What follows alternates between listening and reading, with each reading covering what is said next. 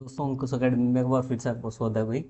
अभी तक जो था हमने इसमें वेक्टर्स जो आपकी यूनिट है इसमें हमने इंटरनल और एक्सटर्नल सेक्शन पढ़ लिया था। ठीक है, अब चलते हैं हम तुम्हारा भाई प्रोडक्ट ऑफ वेक्टर्स की ओर।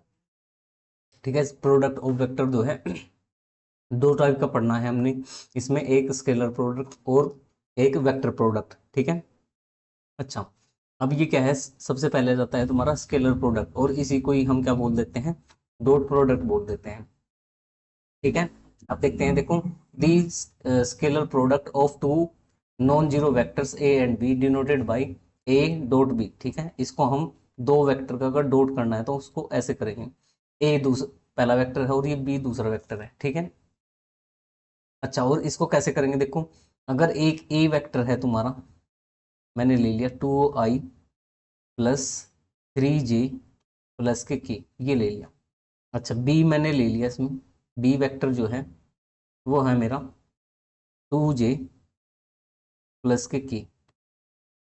देखो अगर ए डॉट बी निकाल रहा हूं मैं, वेक्टर ए डॉट बी, तो आई के साथ डॉट प्रोडक्ट करूंगा मैं इसमें। देखो पहले में आई है, दूसरे में आई नहीं है, तो आई का कोऑर्डिनेट जो होगा इसमें भी जीरो हो जाएगा। ठीक है, जीरो जीरो आई प्लस जे का जे के साथ डॉट प्रोडक्ट, ये 3 × 2। ठीक है, 3 × 2 ये हो जाएगा 6j और के का के साथ तो हो जाएगा 1k।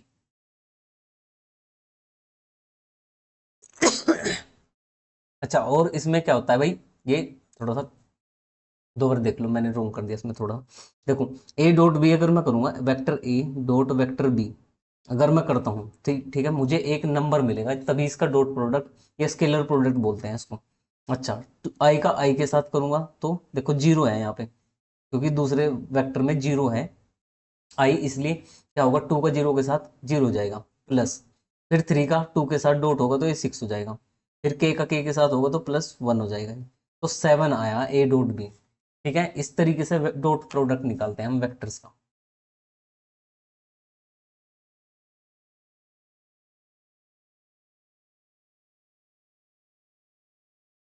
ठीक है भाई, देखो अब नेक्स्ट देख लेते हैं।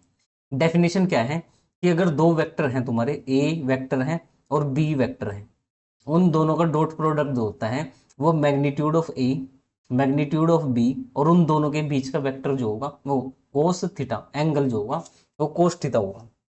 जैसे यहाँ पे ये शो किया है, देखो फिगर बना के, ये जो फिगर बनाई है ये ए डॉट बी की है और ए और बी के बीच जो एंगल है वो थीटा है। अच्छा एंगल हमेशा क्या होगा तुम्हारा, 0 से पाई होगा, ये भी याद रखना है। अच्छा अगर ए जीरो हो जाता है या बी जीरो हो जाता है तो थीटा नॉट डिफाइंड होगा उसमें, उस केस में। ठीक है, यदि यानी कि अगर ए जीरो हो गया तो मैग्नीट्यूड जीरो हो जाएगा ना, इधर कोस थीटा की वैल्यू नहीं बता सकते, इसका मतलब ये होगा। अच्छा देखो कुछ ऑब्जर्वेशंस हैं ये याद रखनी है, अगर ए डॉट बी निकालते हो तो एक रियल नंबर मिलेगा तुम्हें, इसलिए इसको स्केलर प्रोडक्ट बोलते हैं। अभी दिखाया था ना मैंने करके, ये यहाँ पे एग्जाम्पल। ठीक है, इसको सोल्व करके दिखाया था यहाँ पे कि एक नंबर मिला है, इसीलिए क्या होगा, ए डॉट बी जो होता है एक रियल नंबर होगा। अच्छा अगर ए और बी जो तुम्हारे dot product equal to zero आ जाता है तो इसका मीन्स होगा कि ए जो है वेक्टर ए वो परपेंडिकुलर होगा वेक्टर बी के। ठीक है, ये याद रखना है, यही शो किया है उसने। ठीक है, पहला पॉइंट क्या हो गया था भाई, ए डॉट बी क्या होता है तुम्हारा, ये ए डॉट बी एक रियल नंबर है। ठीक है, दूसरा क्या है, ए डॉट बी अगर जीरो के इक्वल हो जाता है तो वहां से होगा A dot A is perpendicular to B, यानी कि थीटा जो होगा यहाँ पे इस केस में वो 90 डिग्री हो जाएगा उन दोनों के बीच। अच्छा अगर थीटा जीरो हो गया तो ए डॉट बी जो होता है वो magnitude of A into magnitude of B के इक्वल होगा। तो यही पर्टिकुलर केस है जहाँ पे ए डॉट ए जो है वो मैग्नीट्यूड ए का स्क्वायर के इक्वल रखा जाता है। ठीक है, ये देखो ये प्रॉपर्टी याद रखनी है, A dot vector A equals to magnitude of A का स्क्वायर, ये कई क्वेश्चनों में यूज होती है भाई ऐसे। ठीक है, अच्छा अगर थीटा पाई हो जाता है, यानी कि दो एंगलों के बीच अगर थीटा पाई हो जाता है और ए डॉट बी निकालते हैं तो वो होगा तुम्हारा minus of magnitude of A into magnitude of B. ठीक है, ये पर्टिकुलर केस है जब थीटा तुम्हारा पाई हो जाएगा। अच्छा आई का आई के साथ डॉट प्रोडक्ट करते हैं, जे का जे के साथ डॉट प्रोडक्ट करते हैं और के का के साथ डॉट प्रोडक्ट करते हैं तो वो 1 आता है। यानी कि सेम वेक्टर के साथ जब डॉट प्रोडक्ट करते हैं, आई का आई के साथ, जे का जे के साथ, के का के के साथ, तो 1 आएगा। अच्छा, इसके अलावा आई का जे के साथ, जे का के साथ और के का आई के साथ ये 0 दे देते हैं, क्योंकि इनके बीच, ठीक है, इस तरह का कोऑर्डिनेट है ना, 3 डायमेंशन, ठीक है। तो आई जो होता है वो वेक्टर होता है अलोंग एक्स एक्सिस, जे जो होता है वो वेक्टर होता है अलोंग वाई एक्सिस, ठीक है, और ये के होता है तुम्हारा जेड एक्सिस के अलोंग। तो आई डॉट आई जो होगा ना वो हमेशा 1 होता है, ठीक है। अच्छा, क्योंकि इनके बीच का जो एंगल है वो 0 हो जाएगा, एक्स का एक्स एक्सिस के साथ एंगल 0 होता है, इसलिए आई डॉट आई 1 होता है। लेकिन आई का जे के साथ अगर डॉट प्रोडक्ट करोगे तुम, तो इनके बीच एंगल 90 हो जाता है, इस फॉर्मूले के अकॉर्डिंग ये 0 के इक्वल हो जाएगा तुम्हारा, ठीक है भाई। अच्छा, नेक्स्ट आ जाते हैं भाई, एक ये सबसे इंपॉर्टेंट फॉर्मूला है, ये कुछ ऑब्जर्वेशंस हैं मैंने ली हुई है यहाँ से, ठीक है, इनको याद रखना है, क्योंकि क्वेश्चन सोल्व करते हुए यही काम में आएगी तुम्हारी, ठीक है। एक तो सबसे इंपॉर्टेंट जो आया था पॉइंट, एक तो ये आया था कि ए डॉट ए का वेक्टर का डॉट ए वेक्टर के साथ करोगे तो मैग्नीट्यूड ऑफ ए के स्क्वायर के इक्वल आएगा। एक था कि अगर ए डॉट वेक्टर बी कर रहे हो तो ये इसके इक्वल आता है magnitude of A magnitude of B into cos theta, ठीक है। ये दूसरा फॉर्मूला, ये सबसे इंपॉर्टेंट फॉर्मूला है जो मैं तुम्हें बता रहा हूँ यहाँ, ठीक है। फिर यही से ही अगर मैं कोस थीटा की वैल्यू निकाल लूँ, कोस थीटा इक्वल टू हो जाता है vector A dot vector B divided by magnitude of A into magnitude of B, ठीक है। ये जो लिखा हुआ है अगला, अगर थीटा तुम्हें निकालना पड़ जाए तो थीटा के लिए ये फॉर्मूला अप्लाई करना है तुम्हें। अच्छा, सबसे इंपॉर्टेंट बात, सातवां जो पॉइंट है कि स्केलर प्रोडक्ट जो होता है वो कम्यूटेटिव होता है, ए डॉट बी निकाल लो या बी डॉट ए निकाल लो, वो एक ही आंसर देंगे तुमसे, ठीक है। ये कम्यूटेटिव होते हैं, ये याद रखना है। तो ये कुछ पॉइंट थे भाई इंपॉर्टेंट, ये याद रखने हैं तुम्हें, ठीक है, क्योंकि क्वेश्चन सोल्व करते हैं ये डायरेक्ट क्वेश्चन भी पूछे जाते हैं इससे आप, ठीक है भाई। जब क्वेश्चन करेंगे हम, प्रैक्टिस स्टार्ट करेंगे तो वहां पे इन टाइप के सारे क्वेश्चन हम देख लेंगे।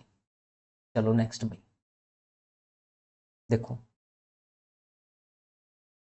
अब देखो यहाँ पे इसने कहा two important properties of scalar product, दो प्रॉपर्टीज हैं स्केलर प्रोडक्ट की, क्या क्या, देखो, ये डिस्ट्रीब्यूटिव होता है और वेक्टर एडिशन की, ठीक है। अच्छा, स्केलर प्रोडक्ट इज डिस्ट्रीब्यूटिव और एडिशन, ठीक है, ये यहाँ पे प्रॉपर्टी लिखी हुई है, इसको याद रखना। अच्छा, प्रॉपर्टी सेकंड क्या है, if A and B be any two vectors then one be any scalar, ठीक है। अच्छा, अगर ए और बी कोई दो वेक्टर हैं और लेमडा, यहाँ पे लेमडा आएगा, ठीक है, लेमडा बी या स्केलर, कोई लेमडा स्केलर है, तो अगर लेमडा इंटू ए कर दो तुम, ठीक है, और फिर डॉट प्रोडक्ट करो बी के साथ, तो ये जो देगा तुम्हारा वो lambda into A dot B vectors देगा तुम्हारा, ठीक है। यानी कि ये सारे जो है ना इक्विवेलेंट है, लेमडा की ए के साथ करो और फिर डॉट बी के साथ कर लो, या फिर यहाँ पे क्या कर रखा है, देखो ये सेम है यहाँ, ठीक है, इसको ही लिख लो, एक को लिख लो, इनमें से कोई दिक्कत नहीं, ठीक है। अच्छा, एक तरीका यह है कि लेमडा की ए के साथ मल्टीप्लाई करके फिर बी के साथ डॉट प्रोडक्ट कर लो, एक होगा लेमडा की बी के साथ डॉट प्रोडक्ट करो, लेमडा की मल्टीप्लाई बी के साथ करो और फिर ए के साथ डॉट प्रोडक्ट कर लो, ठीक है, ये दोनों इक्वल आते हैं तुम्हारे। या फिर एक ऐसा भी इसके इक्वल है कि ए डॉट बी निकाल लो, वेक्टर ए डॉट बी निकाल लो और फिर उसके साथ लेमडा की मल्टीप्लाई कर दो, तब भी ये इक्वल आ जाता है। तो ये तीन जो है भाई तुम्हारी तीन वैल्यूज इक्वल होती हैं, ये याद रखना है भाई इसमें, ठीक है। नेक्स्ट चलते हैं भाई। अच्छा, अब देख लेते हैं projection of A vector on A line, ठीक है। अगर किसी वेक्टर का, सपोज ए वेक्टर दे दिया, ठीक है, ए वेक्टर के साथ तुम्हें कोई एक लाइन भी देंगे, ठीक है, और कहेंगे कि इस लाइन की इस वेक्टर की इस लाइन पे प्रोजेक्शन निकाल लो, क्या होगा, ठीक है। याद रहेगा क्वेश्चन क्या है भाई, क्वेश्चन क्या है, जैसे ये वेक्टर है, देखो ये वेक्टर एसी पे, एसी एक लाइन है तुम्हारी, इस पे मुझे क्या निकालनी है, ए की वेक्टर ए का प्रोजेक्शन निकालना है, यानी कि प्रोजेक्शन बोलते हैं छाव, ठीक है, इसकी छाया रहेगी इसके ऊपर, ठीक है, वो कितनी होगी वो निकालनी है। तो यहाँ पे अलग अलग फिगर दी हुई है कि अलग अलग केस है यहाँ पे, ठीक है, इसको देख लेना भाई, एंगल जो है एक्यूट ऑब्ट्यूज और रिफ्लेक्स के लिए शो कर रखा है इसने, ठीक है। अच्छा, अब देखो इसका डायरेक्ट फॉर्मूला क्या है, अगर तुम्हें क्या है, प्रोजेक्शन निकालनी है, ठीक है, किसी वेक्टर की और किसी लाइन एल पे, ठीक है। तो कैसे निकाल लेंगे, देखो सपोज ये ए वेक्टर है, ठीक है, और ये बी जो है दूसरा वेक्टर है, ठीक है। Projection of vector A on other vector, क्योंकि लाइन भी तुम्हारी वेक्टर के फॉर्म में ही होगी। अच्छा, अगर ए वेक्टर का मुझे बी वेक्टर पे प्रोजेक्शन निकालना है, जिस पे प्रोजेक्शन निकालते हैं हम उसका लेते हैं यूनिट वेक्टर। जैसे ए वेक्टर है, इसका डॉट प्रोडक्ट कर दूंगा मैं बी यूनिट वेक्टर के साथ, ठीक है, बी का जो यूनिट वेक्टर है उसके साथ ए का डॉट प्रोडक्ट कर दूंगा मैं, ठीक है। और ये आएगा तुम्हारा A vector A dot B vector divided by magnitude of B, ठीक है। ये आता है क्योंकि मैंने यूनिट वेक्टर की वैल्यू रख दी। यूनिट वेक्टर का फॉर्मूला मैंने तुम्हें बताया हुआ है, ठीक है। ये याद रखना भाई, ये भी बहुत इंपॉर्टेंट प्रॉपर्टी है, यानी कि इसके ऊपर क्वेश्चन बनता है। देखो मैं दोबारा क्या कह रहा हूं कि भाई जिसके ऊपर तुम्हें प्रोजेक्शन निकालना है, जिस जिस वेक्टर के ऊपर प्रोजेक्शन निकालना है, सपोज एक ए वेक्टर है, मुझे प्रोजेक्शन निकालना है बी वेक्टर के ऊपर इसका, तो क्या करूंगा मैं, ए वेक्टर का डॉट प्रोडक्ट करूंगा unit vector of B, B का जो यूनिट वेक्टर है उसके साथ ए का डॉट प्रोडक्ट कर दूंगा, ठीक है। ये फॉर्मूला लिखा हुआ भी है यहाँ पे, ठीक है। अच्छा, कुछ ऑब्जर्वेशन हैं यहाँ पे, ये देख लेंगे। If P is a unit vector along line L, ठीक है, अगर P जो है कोई यूनिट वेक्टर है किसी लाइन L की, then the projection of vector A on the line, ठीक है, लाइन पर कैसा वो होगा, देखो ये फॉर्मूला होगा, ठीक है। ये किसके लिए फॉर्मूला है, किसी ए वेक्टर का एक लाइन P पर, ठीक है, एक लाइन L पर, एक वेक्टर ए का लाइन एल पर प्रोजेक्शन निकालना है, तो कैसे निकाल लेंगे, मैं इसका यूनिट वेक्टर ले लूंगा इस लाइन एल का, ठीक है। अच्छा देखो कैसे निकालना है कि P is the unit vector along line L, इस एल का यूनिट वेक्टर ले लेना है तुम्हें। सेम यही फॉर्मूला है भाई, यहाँ पे मैंने दो वेक्टर के लिए बताता, ये क्या है, एक वेक्टर है और एक लाइन है, ठीक है। लाइन भी तुम्हारी क्या होगी, एक वेक्टर की फॉर्म में ही होगी यहाँ पे। आई होप दोनों ही एग्जाम्पल आपको समझ में आ गए होंगे, ठीक है। देखो मैंने क्या कहा था, अगर दोनों फॉर्मूलों को दोबारा से देख लो, एक ए वेक्टर है लाइन एल पर, मुझे क्या निकालना है, इसका प्रोजेक्शन निकालना है, तो इसका फॉर्मूला होता है वेक्टर ए डॉट एल का यूनिट वेक्टर, ठीक है, एल का यूनिट वेक्टर ले लूंगा मैं, ठीक है, और यूनिट वेक्टर जो है सपोज इसका पी है तो ले लेंगे, इनका डॉट प्रोडक्ट कर देंगे। सेम वही फॉर्मूला मैंने यहाँ पे बी के लिए बताया है, अगर वेक्टर ए का, ठीक है, बी के वेक्टर के ऊपर प्रोजेक्शन निकालना है तो क्या करेंगे हम, वेक्टर ए डॉट मैग्निट इसमें करूंगा मैं बी का जो यूनिट वेक्टर है उसके साथ मल्टीप्लाई कर दूंगा यहाँ पे, ठीक है, ये है इसका फॉर्मूला ही होता है। अच्छा नेक्स्ट चलते हैं भाई, देखो नेक्स्ट पॉइंट है इसमें, इसने कहा कि if theta is zero then the projection vector of vector A B will be A B itself. अच्छा, अगर किसी लाइन किसी लाइन का किसी वेक्टर के थ्रू जो है वो थीटा जो है जीरो हो जाए तुम्हारा, ठीक है, तो इसमें क्या होगा, जो वेक्टर है खुद, जो वेक्टर है ना खुद, वही उसका प्रोजेक्शन होगा, ठीक है, ये याद रखना है।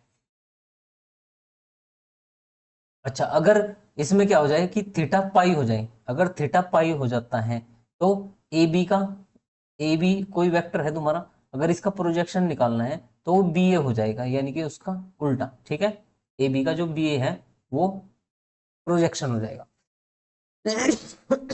ये देखो यहाँ पे लिखा हुआ है, ठीक है, ये पॉइंट भी नोटेबल है। अच्छा, if theta equals to pi by two and theta equals to 3 pi by two then the projection of vector A B will be zero, ठीक है, अगर या तो पाई बाई टू हो या 3 पाई बाई टू हो तो प्रोजेक्शन जो होगा वो जीरो हो जाएगा। ये तीन तीन चार जो पॉइंट्स हैं ये याद होने चाहिए भाई तुम्हारे, ठीक है। चलो नेक्स्ट,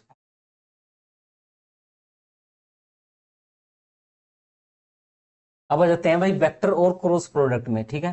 देखो इसमें और इसमें डिफरेंस क्या है, क्रॉस क्रॉस प्रोडक्ट अगर करोगे ए क्रॉस बी, ठीक है, अच्छा ये तुम्हें कोई सी वेक्टर देगा और ये सी जो वेक्टर है ना ये परपेंडिकुलर होगा ए के भी और बी के भी, ठीक है, यानी कि क्रॉस प्रोडक्ट से जो तुम्हें जो वेक्टर मिलेगा वो क्या होता है, वो परपेंडिकुलर होता है जिसका तुम क्रॉस प्रोडक्ट कर रहे हो उसके साथ, ठीक है। अच्छा, इसमें डिफरेंस क्या है कि देखो अगर ए डॉट बी करते हो, वेक्टर ए है और वेक्टर बी है उनको डॉट प्रोडक्ट निकालते हो, फिर तो आता है कोई स्केलर, अच्छा, अगर ए वेक्टर क्रॉस वेक्टर बी करते हो तो ये हमेशा तुम्हारा एक वेक्टर आएगा, इसीलिए इसको डॉट क्रॉस प्रोडक्ट बोला है और वेक्टर प्रोडक्ट भी बोल देते हैं इसमें, ठीक है। और ये राइट हैंड थंब रूल से इसने दिखा हुआ है कि अगर ए क्रॉस बी करोगे तुम, सपोज ए जो है वो एक्स के अलोंग है और बी जो है वो वाई के अलोंग है, अगर ए क्रॉस बी करोगे तो देखो वो जेड के साइड क्या कर देगा, एक परपेंडिकुलर वेक्टर दे देगा,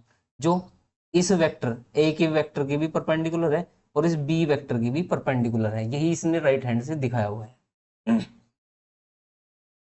चलो देखो, उसमें जैसे फॉर्मूला था, उसमें फॉर्मूला था A vector dot vector B equals to magnitude of A magnitude of B cos theta, ठीक है, ये फॉर्मूला था।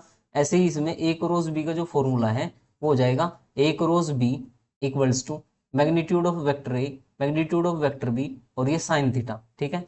एन जो है वो तो यूनिट वेक्टर है, इसको हम इग्नोर करके चलते हैं, ठीक है, फिजिक्स वगैरह में काम आता है, यहाँ पे नहीं आएगा, ठीक है। यहाँ पे याद रखना है कि ए क्रॉस बी वेक्टर जो होता है वो तुम्हारा होगा magnitude of A magnitude of B और ये कोस थीटा, ठीक है, साइन थीटा, यहाँ पे आएगा साइन थीटा, ठीक है भाई। अच्छा, अगर यहाँ पे ए क्रॉस बी जीरो हो जाता है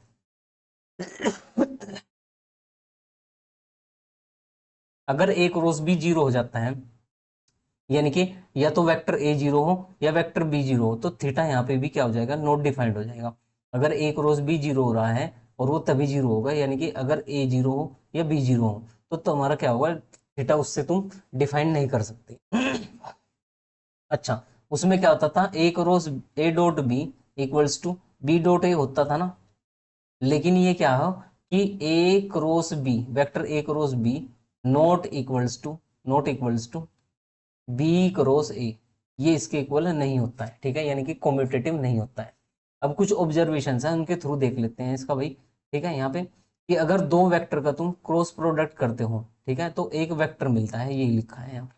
अच्छा, अगर ए क्रॉस बी तुम्हारा क्या हो जाता है, जीरो हो जाता है, तो दोनों वेक्टर क्या है तुम्हारे, पैरेलल है, ठीक है, या कोलिनियर बोल देंगे उसको हम, ठीक है। तो A cross B equal to zero, यानी कि ए पैरेलल टू बी है। एक तरीका ये होता है कोलिनियरिटी चेक करने का दो वेक्टर्स की। एक तो मैंने तुम्हें बताया था कि क्या होगा अगर a1i और a2j और a3k, ठीक है, ये है तुम्हारा कोई वेक्टर, और यहाँ पे b1i b2j, ठीक है, और b3k, ठीक है, ये तो इसमें क्या कर देते हैं, a1/b1 equals to a2/b2 equals to a3/b3, अगर इनका रेशो सेम आ जाता था तो ये भी कोलिनियरिटी की पहचान है। और एक कोलिनियरिटी की पहचान अब बताई कि उनका क्या होगा, A cross B equal to zero हो जाएगा, ठीक है, कैसे भी तुम चेक कर सकते हो दो वेक्टर की कोलिनियरिटी को। चलो भाई नेक्स्ट देख लेते हैं। अच्छा, फिर यहाँ पे मैंने बताया था कि ए क्रॉस बी जो है वो जीरो के इक्वल है और A cross minus A equals to zero होता है, क्योंकि जो थीटा है यहाँ पे वो जीरो है तुम्हारा, ठीक है, और सेकंड केस में जो है वो पाई है, ठीक है। पहले केस में तो क्या है, वो जीरो है इस केस में, और इस केस में वो है पाई, क्योंकि क्या होता है देखो, वो कैसे, अगर ए वेक्टर है तुम्हारा, अगर वो इस डायरेक्शन में है तो माइनस ए जो होगा वो इसके अपोजिट डायरेक्शन में होगा, इसीलिए इन दोनों के बीच जो है वो क्या होता है, वेक्टर एंगल जो है वो पाई का है, ठीक है। अच्छा, जैसे मैंने बताया था कि आई का डॉट आई के साथ करोगे तो वन आएगा, जे का जे के साथ करोगे तो वन आएगा। सेम ऐसे ही इसमें क्या है कि अगर आई का क्रॉस आई के साथ करोगे और जे का क्रॉस जे के साथ और के का क्रॉस के साथ तो वो जीरो आता है, और आई का जे के साथ करोगे तो के आएगा, जे का के साथ करोगे तो आई आएगा, और के का आई के साथ करोगे तो जे। और इसमें थोड़ा सा ये उल्टा भी है कि अगर जे का क्रॉस तुम आई के साथ करोगे तो माइनस के आएगा, माइनस लग जाता है तुम अगर इसमें एंटी क्लॉकवाइज डायरेक्शन चलोगे, ठीक है, अगर इसमें एंटी क्लॉकवाइज डायरेक्शन चलोगे ना तो इसमें माइनस लग जाएगा भाई।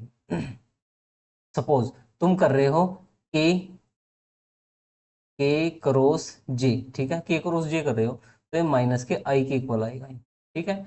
और ये जो है ना सर्कल इसी से शो कर रखा है कि देखो ये इसने एंटी क्लॉकवाइज में क्या ना, अगर आई का क्रॉस जे के साथ करते हैं तो के मिलेगा, जे का के साथ करोगे तो आई मिलेगा, ठीक है, इस तरीके से होता है।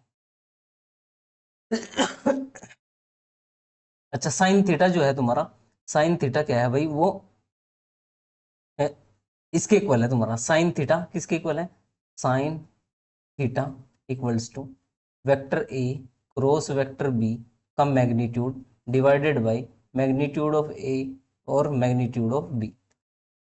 अच्छा, कोस थीटा भी बताया था। कोस थीटा है तुम्हारा A dot B, vector A dot vector B divided by magnitude of A और मैग्नीट्यूड ऑफ बी। ठीक है, ये दो फॉर्मूले हैं, याद रखना। ये तुम्हारा डॉट प्रोडक्ट में चलेगा और ये तुम्हारा क्रॉस प्रोडक्ट में चलेगा। ठीक है। अच्छा, यहाँ पे दूसरी जो मैंने तुम्हें बताई थी कि भाई जे क्रॉस आई माइनस के इक्वल होता है, और केस के क्रॉस आई आई माइनस आई के इक्वल होता है, वो केस लिखा हुआ है यहाँ पे। और ये कॉम्यूटेटिव वाला भी मैंने तुम्हें बता दिया। अच्छा, if A and G the adjacent side of triangle, अगर ए और बी जो है वो किसी ट्रायंगल की एडजेसेंट साइड हो जाती है। एडजेसेंट का मतलब है ये पड़ोसी। ठीक है, ये दो लाइन जो है इस ट्रायंगल को शो कर रही है, तो उनका अगर एरिया निकालना हो इस ट्रायंगल का, तो क्या कर देंगे भाई, ए क्रॉस बी इंटू हाफ। ठीक है, और क्या करेंगे, पहले ए क्रॉस बी निकाल लेंगे और फिर उसका मैग्नीट्यूड को डिवाइड कर देंगे किससे, 2 से। ठीक है, तो ये एरिया आ जाएगा इसका।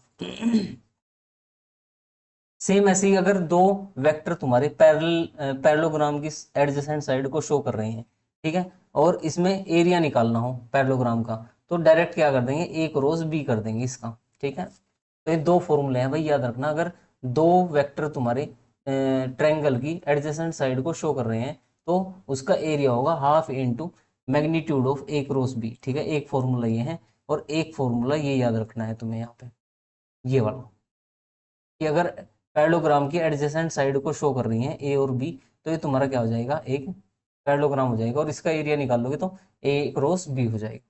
ठीक है, चलो भाई नेक्स्ट।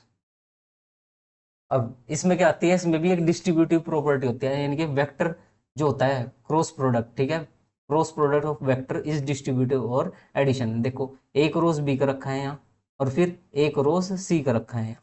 ठीक है, ये दो हैं तुम्हारे। अच्छा, लैम्डा और ए क्रॉस बी है। ठीक है, lambda A vector A cross vector B. ठीक है, ये अच्छा लैम्डा ए, ठीक है, क्रॉस लैम्डा बी इंटू, ठीक है, यहाँ पे आ जाएगा। या तो क्या करो, इस लैम्डा की ए के साथ मल्टीप्लाई करके फिर क्रॉस कर दो, या फिर क्या करो कि बी के साथ मल्टीप्लाई करके फिर ए के साथ कर दो। ये दोनों प्रॉपर्टी देख लेना भाई, आसानी है। ठीक है, चलो भाई नेक्स्ट। अच्छा, ए क्रॉस बी हम कैसे निकालते हैं, अगर एक ए वेक्टर है तुम्हारा और एक बी वेक्टर है, अगर तुम्हें क्रॉस प्रोडक्ट निकालना है, तो देखो डिटर्मिनेंट में रखते हैं उस वैल्यू को, डिटर्मिनेंट में। ठीक है, और डिटर्मिनेंट में कैसे रखा है, देखो पहली रो में ये दूसरी रो में ये रखा है, और तीसरी में रो में ये रखा है, और पहली रो में रखे हैं आई जे और के। तो इसको हम फर्स्ट रो के अलोंग एक्सपेंड कर देते हैं, तो वहां से तुम्हारा क्या होगा, इस डिटर्मिनेंट का वैल्यू हो जाएगा। ये कैसे करोगे, देखो अगर आई के अलोंग कर रहे हो तो ये रो ये कॉलम छोड़ देंगे, तो यहाँ पे आएगा आई, और फिर A2 into B3 minus A3 into B2। ठीक है, सेम ऐसे ही माइनस के जे करोगे, और ये रो छोड़ दोगे और ये कॉलम छोड़ दोगे। ठीक है, ये रो और ये कॉलम, तो क्या बचेगा तुम्हारा, A1 A3 B1 B3। ठीक है, यहाँ पे इसको सोल्व करोगे तो आएगा तुम्हारा B3 इंटू A1 माइनस के A3 इंटू B1। ठीक है, प्लस के, अगर के ये पहली रो छोड़ दोगे और लास्ट का एक कॉलम छोड़ दोगे, तो यहाँ पे मिलेगा तुम्हें A1 इंटू B2। ठीक है, माइनस के ये हो जाएगा यहाँ पे B1 इंटू A2। ठीक है, इस तरीके से आपको ये क्वेश्चन करने होते हैं। तो ये तुम्हें क्या मिल जाएगा भाई, क्रॉस प्रोडक्ट मिल जाएगा दो वेक्टर का। अच्छा, अब आ जाते हैं स्केलर ट्रिपल प्रोडक्ट पे। ठीक है, ये क्या होता है, स्केलर ट्रिपल प्रोडक्ट क्या है भाई, अगर तीन वेक्टर का मुझे स्केलर ट्रिपल प्रोडक्ट निकालना हो, तो ये जो लिखे हुए हैं यहाँ पे, ठीक है, ये आपके दिमाग में चल रहा होगा कि ऐसे लिख देंगे उसको, ठीक है, लेकिन ये सारे एक्यूरेट नहीं है, यानी कि ये सही नहीं है। उसमें कैसे लिखेंगे हम, ये याद रखना है। देखो यहाँ पे अगर तीन वेक्टर जो हैं तुम्हारे, उसमें अगर तुम उसका स्केलर प्रोडक्ट कर रहे हो, तो देखो यहाँ पे बताया इसने ए डॉट बी फिर डॉट सी करो। ठीक है, ए डॉट बी और फिर क्रॉस सी करो, ए क्रॉस बी या डॉट सी करो, या ए क्रॉस बी और फिर क्रॉस सी करो, तो इनमें कौन सा सही होगा ये चेक कर रहे हैं। अच्छा, कंसिडर दी प्रोडक्ट, ये जो प्रोडक्ट है ये तो क्या हुआ, ये डिफाइंड ही नहीं हो सकता क्योंकि ए डॉट बी एक स्केलर क्वांटिटी है और dot product is between two vectors quantity, therefore ये जो होगा ये ए डॉट बी जो आएगा तुम्हारा एक नंबर होगा ना, और नंबर का डॉट प्रोडक्ट हम सी के साथ नहीं कर सकते, हम डायरेक्ट मल्टीप्लाई कर सकते हैं उसके कंपोनेंट के साथ, तो ये तो डिफाइन नहीं होगा, पहला जो है ये पोर्शन कट गया। अच्छा, सिमिलरली जो होगा ए डॉट बी जो है ये भी क्या है, कांस्टेंट है ना, ए डॉट बी जो है एक कांस्टेंट है, फिर उसका क्रॉस हम सी के साथ नहीं कर सकते क्योंकि एक कांस्टेंट वैल्यू का सी के साथ क्रॉस नहीं हो सकता, जैसे इसके साथ डॉट नहीं हो सकता था। ठीक है। अच्छा, अब चलते हैं नेक्स्ट में। इसने कहा but A cross B dot C is meaningful, ये मीनिंगफुल होगा क्योंकि ए क्रॉस बी एक वेक्टर देगा और फिर एक सी वेक्टर है, इन दोनों का डॉट प्रोडक्ट हो सकता है। ठीक है, बिकॉज ए क्रॉस बी यही बताया है यहाँ पे। ठीक है, इसको देख लेना। अच्छा, फिर ये जो देगा तुम्हारा ये एक स्केलर प्रोडक्ट, स्केलर वैल्यू दे देगा। This product is known as the scalar triple product, इसी प्रोडक्ट को उसने क्या बोला है कि स्केलर ट्रिपल प्रोडक्ट बोल रहा है। तो याद रखना भाई, अगर तीन तीन वेक्टर दे रखे हैं, ए दे रखा है, बी दे रखा है और सी दे रखा है, तो अगर इसका स्केलर ट्रिपल करना हो, स्केलर ट्रिपल प्रोडक्ट करना हो, तो ए वेक्टर क्रॉस वेक्टर बी और डॉट सी वेक्टर, ठीक है, ये होता है।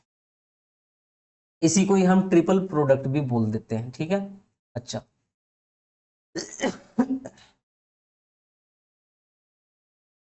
अच्छा, the product A cross B cross C is also meaningful, ये भी मीनिंगफुल होगा, यानी कि ये जो दो लास्ट के दिए है ना ये भी मीनिंगफुल है और ये भी मीनिंगफुल है। ठीक है, क्योंकि ये एक वेक्टर देगा और वेक्टर का वेक्टर के साथ क्रॉस प्रोडक्ट मिल सकता है। ठीक है, लेकिन यहाँ से क्या मिलेगा तुम्हें, इसको सोल्व करने पे एक वेक्टर ही मिलेगा तीनों के बाद, लेकिन मुझे बात किसकी चल रही है, स्केलर ट्रिपल प्रोडक्ट की चल रही है, सिर्फ यही एक स्केलर देगा सोल्व होने के बाद। ठीक है, तो स्केलर ट्रिपल प्रोडक्ट यही होता है तुम्हारा ए क्रॉस बी डॉट सी। अगर स्केलर प्रोडक्ट निकालना है तीन वेक्टर का, तो पहले ए का बी के साथ क्रॉस प्रोडक्ट करो और फिर उसी का डॉट कर दो सी के साथ। ठीक है, चलो भाई नेक्स्ट। अब देख लेते हैं स्केलर ट्रिपल प्रोडक्ट की कुछ यहाँ पे वो है तुम्हारी प्रॉपर्टीज, ही याद रखनी है क्योंकि क्वेश्चंस में ये काम में आएगी तुम्हारी। अगर ए वेक्टर बी वेक्टर और सी वेक्टर, इसका क्या करना है तुम्हें, स्केलर ट्रिपल प्रोडक्ट करना है, तो ये होगा ए क्रॉस बी, इसका क्रॉस करने के बाद डॉट सी कर दो। ठीक है, यही प्रॉपर्टी यहाँ पे लिखी हुई है। अच्छा, और इसको डिनोट कैसे करेंगे स्केलर ट्रिपल प्रोडक्ट को, तीन वेक्टर के, तो ऐसे। ठीक है, नेक्स्ट देख लेते हैं properties of scalar triple product. ठीक है, अच्छा ये जो है ए क्रॉस बी निकाल लो, तीन वेक्टर हैं तुम्हारे, तीन वेक्टर हैं और इसमें हम साइक्ली क्या कर देंगे, साइक्ली परम्यूटेटेड कर देंगे इसको, परम्यूटेड, जैसे ए क्रॉस बी निकाल लो पहले और फिर इसका डॉट प्रोडक्ट कर दो सी के साथ, ये कुछ वैल्यू देगा, और यही अगर मैं बी क्रॉस सी करूं और डॉट ए कर दूं उसका, ठीक है, तब भी ये सेम वैल्यू देगा। अच्छा, और इसी में क्या करूं, सी क्रॉस ए कर दूं और फिर बी के साथ डॉट प्रोडक्ट करूं, तो इन तीनों की वैल्यू सेम रहती है, यही पॉइंट लिखा हुआ है यहाँ पे, ये याद रखना है भाई तुम्हें। अच्छा, दूसरे में क्या है, अगर साइक्लिसिटी तुम इसमें क्या कर देते हो, ये इंटरचेंज कर देते हैं, यानी कि बी की जगह सी आ गया और सी की जगह ये बी आ गया, यहाँ पे क्या हो जाएगा, तो फिर इस वेक्टर में माइनस की मल्टीप्लाई हो जाएगी, अगर तुमने ये कर दिया सी वेक्टर बी वेक्टर और ए वेक्टर, ठीक है, तो इसमें माइनस लग जाता है, वही इस सेकंड प्रॉपर्टी में बताया हुआ है तुमसे। ठीक है, इसको देख लेना भाई।